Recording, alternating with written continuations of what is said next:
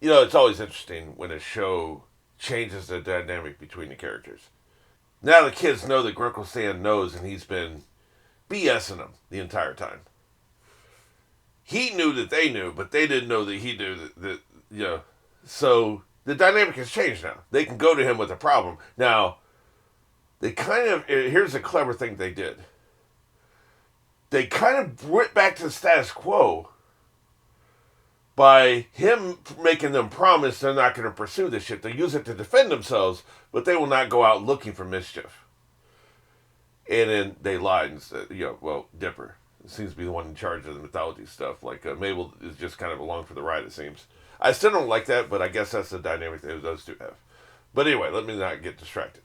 Dipper had his fingers crossed when he made the promise. So, and I know Grunkle did too, but we're talking specifically about Dipper. So that he will still go looking for trouble. If he sees something he wants to investigate, he's going to do it. He's under no obligation in his own mind. That's kind of the status quo. They still have a secret from Stan.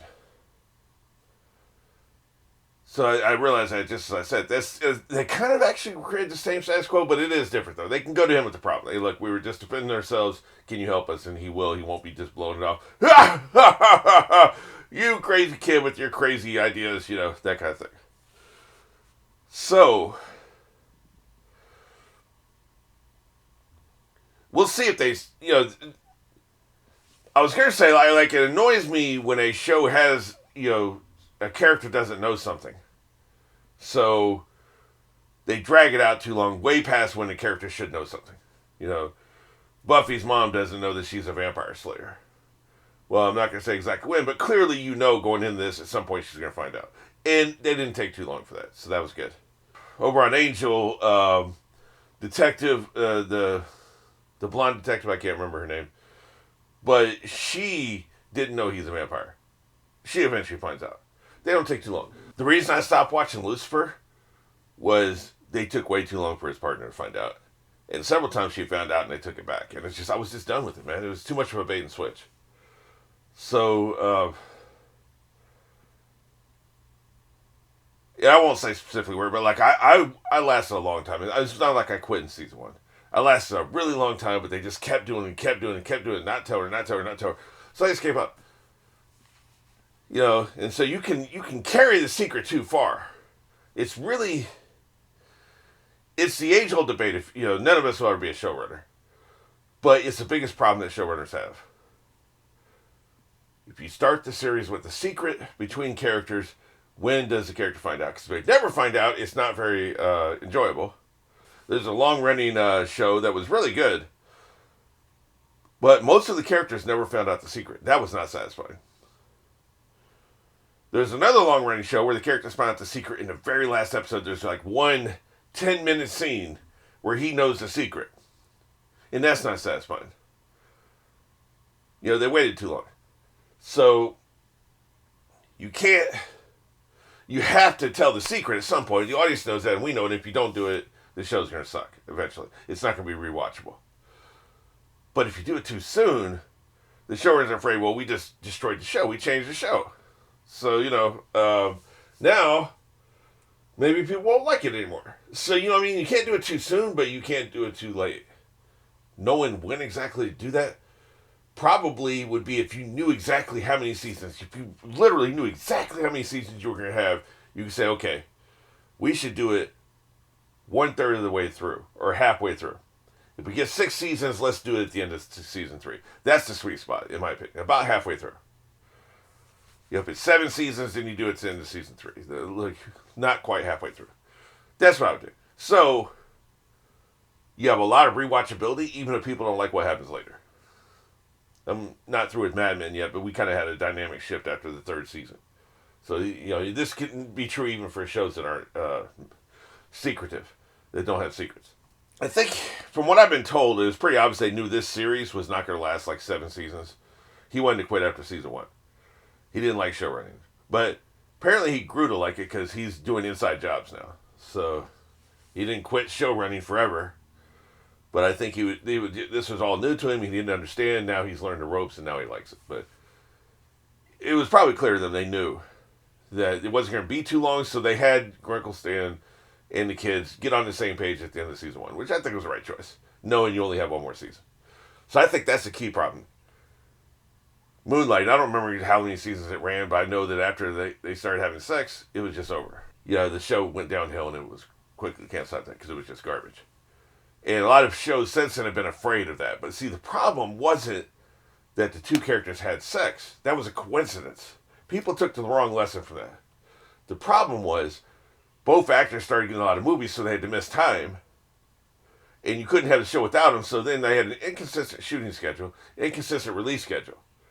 Back in a time when you got a new episode every 2 to 3 weeks at the most, they would have a month-long hiatus. They'd have one episode, they'd be off for 3 more weeks. And they would have fill-in episodes, and they would, it was scheduling and writing were the problem. Why Moonlighting went downhill and why it got canceled. Not the fact the two had sex. The two happened to have sex right about the right time. I think it was about 3 seasons in. But the problem was that's when the writing started to get really bad, and that's when the actors stopped being available so much. Because both of them were huge stars from the show, so they started getting a lot of movie offers. So people took the wrong lesson. And still, to this day, it still matters because they're still taking people. I've had meetings in LA. I've had people bring up Moonlighting. Oh, you can't do this in the first movie script. You got to wait. You're going to have a Moonlighting situation if you do this in the first movie. We're hoping to get some sequel potential out of this. A lot of times they won't greenlight a script or finance or distribute a script if they don't think there's any chance of a sequel. You can't be too closed off. You can't have everybody die in the movie. They're just not as interested. Just in case it's a huge hit and they want to do a sequel. Even though you can, because the horror movies have a new cast every movie. The bad guy may be the same, the premise may be the same, but the horror movies have, that. So, well, at this point, I might as well just not have this be an intro and just do a season 2 premiere video, like a separate video. So that's what we're gonna do.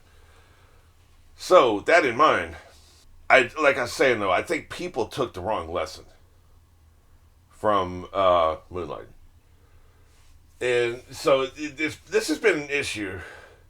I've been in the business for almost 20 years. But I've been a consumer of the business my whole life, watching movies and TV shows.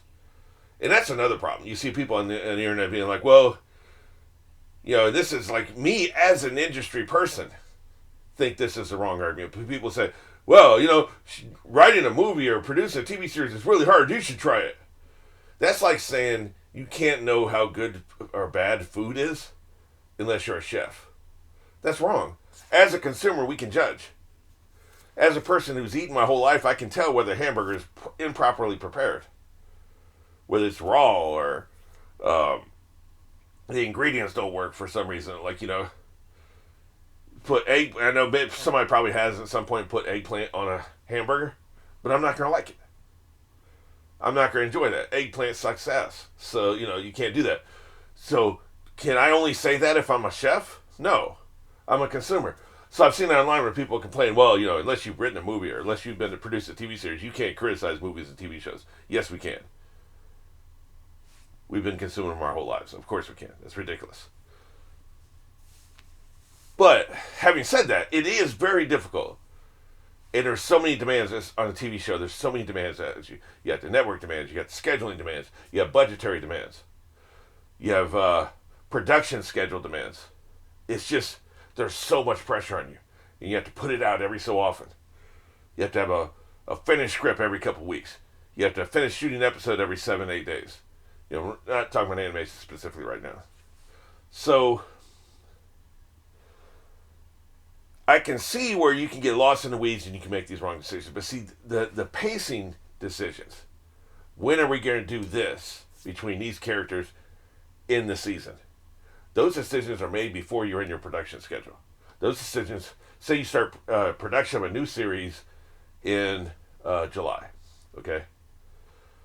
You finish shooting the old season. This is a regular American TV schedule. You finish shooting the old season in March, maybe April, okay? Usually March. You finish editing the old season in April. Maybe you're fine-tuning the season finale the first week of May.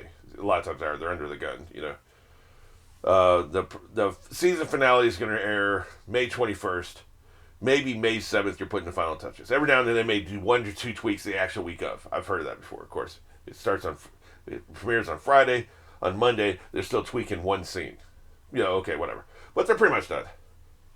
Then they take a month off. So they're done in May. Maybe they come back and they have their writing meeting the second week in June. Okay? They're going to start production in middle of July. So they've got a month. That meeting, that week or two, before they actually start writing scripts, and they break the whole season down. Okay, this is what we're going to do next season. That's when they make these decisions. Okay. Jenny is going to find out that Richard is a vampire sorcerer. She'll find that out at the mid-season finale. You make those choices then. Okay, we've had 2 seasons. That's going to be halfway through the 3rd season. That's when we do this. That's when they make those decisions. So, I've heard the argument, well, they're in the middle of a production cycle and maybe they made the wrong choice because they're under the gun and they have to do something. No, they make those choices after they've had a month off. They're rested. They come back in. They've got a full month. They have 2 weeks before they have to start writing scripts. They have plenty of time. There's no pressure on them. That's when they make these choices. Now, they can change their mind, and they do sometimes. And that's when you see the really bad decisions. They're changing their mind in, October, when they're under the gun and they've got noise coming at them from all different directions. That's when that's when you see the really bad choices being made. But typically, they make these plans after they've had some rest, they've had a vacation with the family, they're back, there's plenty of time, there's no pressure, even the studio is off, nobody's talking to them. They're just by themselves with the writers, they have plenty of time. That's when they make these choices. So they better be, there's no excuse to this, is my point. I think they made the right choice here, knowing what we know, and I think they did know that they were only getting 2 seasons. So that was the perfect time to do this. I was starting to feel like they were delaying it too much. The very first episode we see Stan go downstairs, and we don't revisit that until the 19th episode in the Dreamland, and then, that was just done as a reminder.